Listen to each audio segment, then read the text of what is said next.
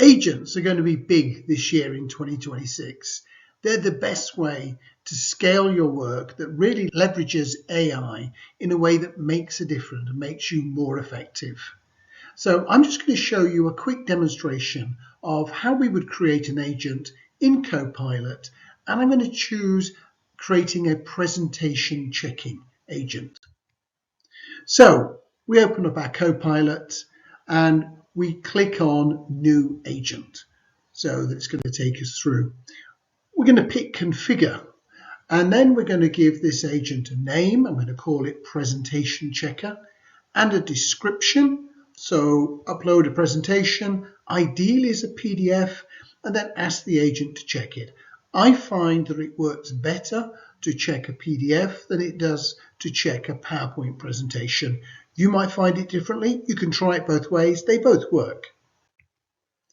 We then have to give it the instructions. So this is the prompt. And in this really simple type of agent, it's really just an instruction that's going to run over and over again for you.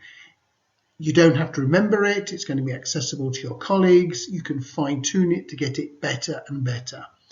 And I'll just throw this up on the screen. And if you're interested, you could freeze it. But my tip is every time you create one of these instructions, you then ask Copilot, how could I improve it? You tell Copilot what it's supposed to do, and then you show it the script you came up with and see if it can make it even better for you. And then over time, as you use it, keep iterating, keep improving it so it gets to be better and better for what you want it to be. Once we've done that, we can leave all of the other fields alone. I'm going to give a suggested prompt, which is just review this file, which makes it a little bit more intuitive when we come to run it. So we can try the agent. It's a good idea when you're first making an agent to simply try it in this creation tool and see if it's doing what you want. Once it is, then we're going to ask it to create the agent. Then it's going to be on the system. You can use it over and over again. So here's an example. I've uploaded one of my presentations, one of my new MR presentations, and I've got this conversation starter, review the file. I click on that, I ask it to go away, and it comes back. And because of the way that I've set up those instructions, the first thing it does is it gives me an executive summary of my own presentation.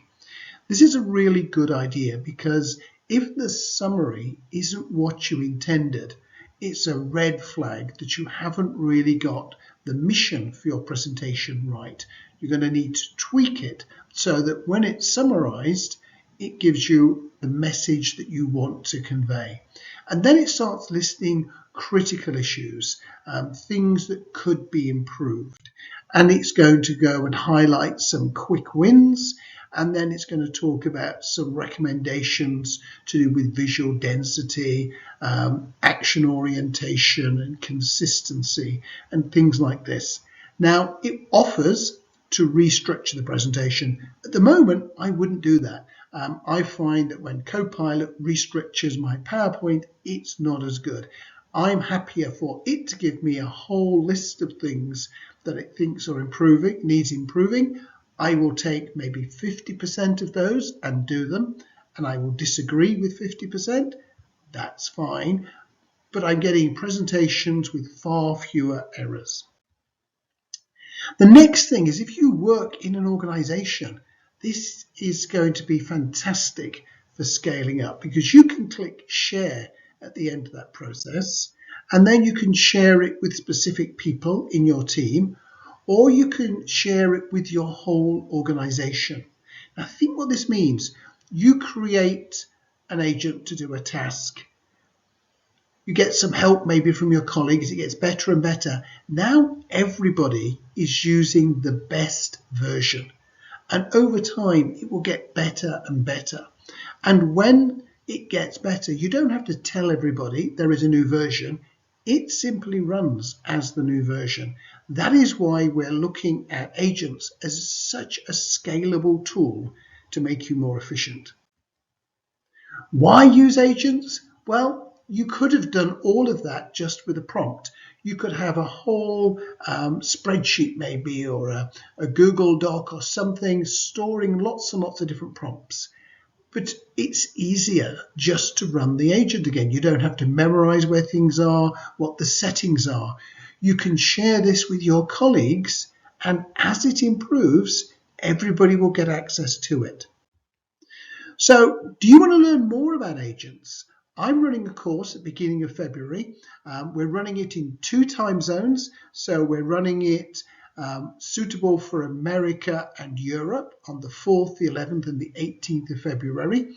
We're running it with the Research Society of Australia at a different time of day, suitable for Australia and Asia Pacific. And that's going to be on the 9th, the 16th, the 23rd of Feb. You can Google search and find out the details of how you can log on and purchase tickets for either of those, but there are going to be more details in the comments of this video. And of course, if you found this video useful, sign up to our YouTube channel and you'll get lots more as well. Thanks.